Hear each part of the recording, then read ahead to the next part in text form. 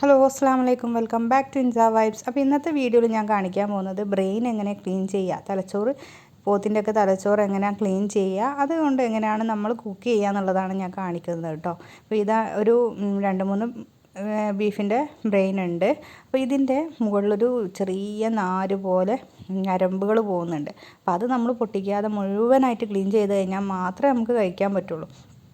പക്ഷേ അതിനെന്താണെന്ന് വെച്ചാൽ ഈ ഒരു സ്കിന്നുണ്ടല്ലോ വളരെ സോഫ്റ്റാണ്. നമ്മൾ നഖം ഒന്ന് തട്ടി കഴിഞ്ഞാൽ തന്നെ അത് പൊട്ടിപ്പോവും. ഈ കോഴിമുട്ട ഒക്കെ നമ്മൾ ചിക്കി കഴിഞ്ഞാൽ എങ്ങനെയാണ് അതുപോലെ തന്നെ കോഴിമുട്ടൻ്റെ മഞ്ഞ പൊട്ടി കഴിഞ്ഞാൽ ഒലിക്കൂലേ, അതുപോലെ ഒലിക്കുന്ന ഒരു രീതിയിലാണ് ഇതിൻ്റെ ഇതുണ്ടാവുക. അതിനേക്കാൾ ഇച്ചിരി ഒന്ന് കട്ടിയുണ്ടെന്നേ ഉള്ളൂ, പക്ഷേ അത് പൊട്ടി കഴിഞ്ഞാൽ ഒന്നിനും പറ്റില്ല. അപ്പോൾ നമുക്ക് അത് എങ്ങനെ എടുക്കാമെന്ന് ഞാൻ ഇപ്പോൾ കാണിക്കുന്നത് കേട്ടോ. അപ്പോൾ ഈ ഒരു ഇടയിൽ കൂടെ ഇങ്ങനെ വിരൽ വെച്ചിട്ട് നമുക്ക് പതുക്കെ വലിച്ചെടുക്കണം. ഇതിൻ്റെ മുകളിൽ കൂടെ ഒരു സോഫ്റ്റ് സ്കിന്നാണ് ഉണ്ടാവുക. വളരെ ഒരു ഷീറ്റ് പോലെയെന്നൊന്നും പറയാനേ പറ്റില്ല, അത്രയും സോഫ്റ്റ് ആയിട്ടുള്ളൊരു സ്കിന്നാണ് ഉണ്ടാവുക. അതിൻ്റെ ഇടയിൽ കൂടെയാണ് ഈ ഞരമ്പ് പോകുന്നത്. അത് നമ്മളിങ്ങനെ പതുക്കെ വലിച്ചെടുത്ത് മുഴുവൻ ക്ലീൻ ചെയ്യണം, കാരണം അതിലൊക്കെ ബ്ലഡ് ഉണ്ടാവും. ഈ കാണുന്ന വെള്ളമൊക്കെ അതിൽ നിന്ന് വരുന്ന ബ്ലഡിൻ്റെ കളറാണ് കേട്ടോ. ക്ലീൻ ചെയ്ത് കഴിഞ്ഞാൽ പ്യുവർ വൈറ്റ് കളറിൽ നമുക്കിത് കാണാൻ പറ്റും. ബ്രെയിൻ ഫ്രൈ ചെയ്തെടുക്കുക എന്ന് പറഞ്ഞാൽ വളരെ ടേസ്റ്റാണ് കേട്ടോ. അതായത് നിങ്ങൾക്ക് ഇപ്പോൾ ഈ സമയത്ത് ഈ വീഡിയോയിൽ ശരിക്കും കാണാൻ പറ്റുന്നുണ്ട് തോന്നുന്നു. കണ്ടോ, ഒരു തൊലി പോലെ ഒരു സാധനം കിട്ടുന്നത് കണ്ടോ. അത് നമ്മൾ ജസ്റ്റ് വലിച്ചെടുക്കണം. അപ്പം അതിൻ്റെ കൂടെ ഇതുപോലെയുള്ള ചെറിയൊരു സ്കിന്നാണത്. പക്ഷെ മറ്റേ ഭാഗത്ത് നമ്മൾ പിടിക്കുമ്പോൾ പൊട്ടിപ്പോകാനും പാടില്ല, വിരൽ വെച്ച് അമർത്താൻ പാടില്ല. അപ്പോൾ ഇതുപോലെ വെള്ളത്തിൽ തൊട്ട് നമ്മളിങ്ങനെ ക്ലീൻ ചെയ്ത് കൊടുക്കുക ചെയ്യുക. അപ്പോൾ ഇത് കഴിക്കാൻ നല്ല ടേസ്റ്റാണ്. നമ്മളെ മനുഷ്യൻ്റെ ഒക്കെ ബ്രെയിൻ പോലെ തന്നെയാണ് കേട്ടോ. അതിൻ്റെ ഓരോ പാർട്സും അതിലുണ്ട്, എല്ലാ പോർഷനും ഉണ്ട്, ബ്ലാങ്കറ്റും എല്ലാം നമുക്ക് കാണാൻ പറ്റും. പക്ഷേ ടേസ്റ്റ് അടിപൊളിയാണ്. നമ്മൾ ഒരു കോഴിമുട്ടയുടെ ഒക്കെ ചിക്കിയ അത് ടേസ്റ്റ് അതല്ല, പക്ഷെ കാണാനൊക്കെ അതുപോലെയാണ്. ടേസ്റ്റ് വേറെ തന്നെയാണ് കേട്ടോ. അപ്പോൾ ഇതുവരെ കഴിച്ച് നോക്കാത്തവരുണ്ടെങ്കിൽ ജസ്റ്റ് വാങ്ങിയിട്ട് ഇതുപോലെ ക്ലീൻ ചെയ്യുക, എന്നിട്ട് ഉണ്ടാക്കിയിട്ട് നമുക്ക് കഴിക്കാം കേട്ടോ. അപ്പോൾ ഞാൻ ഉണ്ടാക്കുന്ന പല ഡിഫറെൻറ്റ് മോഡലുകളുണ്ട്. അപ്പോൾ അതിലൊരു മോഡൽ ഞാൻ കാണിച്ചു തരാം കേട്ടോ. കണ്ടോ, ഇതിപ്പോൾ ഞാൻ ക്ലീൻ ചെയ്ത് കഴിഞ്ഞിട്ടുള്ളതാണ്. ഇത് നല്ല വൃത്തിയാക്കി കിട്ടിയിട്ടുണ്ട്. അപ്പോൾ നമുക്ക് ആ ഒരു ഞരമ്പൊന്ന് നോക്കിയാലോ. ഇതാ കണ്ടോ, നമ്മൾ വലിച്ചെടുത്ത ഇതുപോലത്തെ ഷീറ്റെന്നൊന്നും പറയാൻ വയ്യ, അത്രക്കും സോഫ്റ്റ് ഞരമ്പാണ്. ഇനി നമ്മളിത് വെള്ളത്തിലിട്ട് കഴിഞ്ഞാൽ വൈറ്റ് കളറാണ് കേട്ടോ. കണ്ടോ, ഒരു ബ്ലഡിൻ്റെ കളറും ഇല്ല. ഇത്രയും നീറ്റായിട്ട് നമുക്ക് എടുക്കാൻ പറ്റും. ഇതിലൂടെ ഒരു ബ്ലഡിൻ്റെ കളറും ഇല്ലല്ലോ.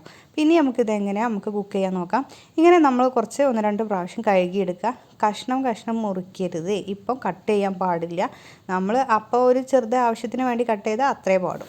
അപ്പോൾ ആദ്യം ഒരു ചട്ടിയിലേക്ക് ഇച്ചിരി മഞ്ഞൾപ്പൊടി, മുളക് പൊടി 1 സ്പൂണ് 2 സ്പൂൺ നമുക്ക് എരിവിനനുസരിച്ച് കൂട്ടിയിടാം കേട്ടോ. ഞാനത് കുറച്ചധികം ക്വാണ്ടിറ്റി ഉണ്ട്. അപ്പോൾ നിങ്ങൾ അതിനനുസരിച്ച് മഞ്ഞൾ ഒരു 1/2 സ്പൂൺ മതി. പിന്നെ മുളക് പൊടി 2 സ്പൂൺ ഇട്ടിട്ടുണ്ട്. പിന്നെ ജീരകം, അതുപോലെ തന്നെ ഇത് ഇച്ചിരി അധികം ക്വാണ്ടിറ്റി ഉള്ളതുകൊണ്ട് ഞാൻ കുറച്ചും കൂടെ ജീരകം ഇടുന്നുണ്ട്. അല്ലെങ്കിൽ നമ്മളൊരു 1/2 സ്പൂണിലൊക്കെ ഇട്ടാൽ മതി. പൊടിച്ചിടാൻ പറ്റുമെങ്കിൽ അങ്ങനെ ഇട്ടോളൂ കേട്ടോ. ഞാൻ പൊടിച്ചിട്ടില്ല. ഇത് ജസ്റ്റ് അതിലങ്ങനെ വെന്താലും പ്രശ്നമൊന്നുമില്ല. വെളുത്തുള്ളി ഇഞ്ചി പേസ്റ്റ് ഇട്ട് കൊടുക്കുക. ഉപ്പ് ഞാൻ കുറച്ചും കൂടെ കാശ്മീരി ചില്ലി ഇടുന്നുണ്ട്, കളർ കിട്ടാൻ വേണ്ടിയിട്ടാണ് കേട്ടോ. ഇത് ജസ്റ്റ് ഒന്ന് കുഴച്ച് കൊടുക്കുക, ഒത്തിരി വെള്ളം ഒഴിച്ച് കൊടുത്തിട്ട്. അതിനിപ്പോൾ കൂടുതൽ വെള്ളമായാലും കുഴപ്പമൊന്നുമില്ല കേട്ടോ, കാരണം നമ്മളിത് വേവിക്കുമ്പോൾ അത് വെള്ളം ഒഴിച്ചിട്ടാണ് വേവിക്കുക.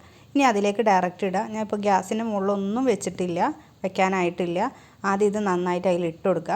കഷ്ണം മുറിച്ചിട്ടില്ല. ഇത് ഓൾറെഡി നമ്മൾ ക്ലീൻ ചെയ്യുമ്പോൾ കൈ പിടിക്കാൻ വേണ്ടിയിട്ട് ഓരോ പീസാക്കിയില്ലേ, അത്രേ ഉള്ളൂ. അല്ലാണ്ട് കുഞ്ഞു പീസാക്കി മുറിച്ചിട്ടില്ല. അതിപ്പോൾ മുറിക്കരുത്.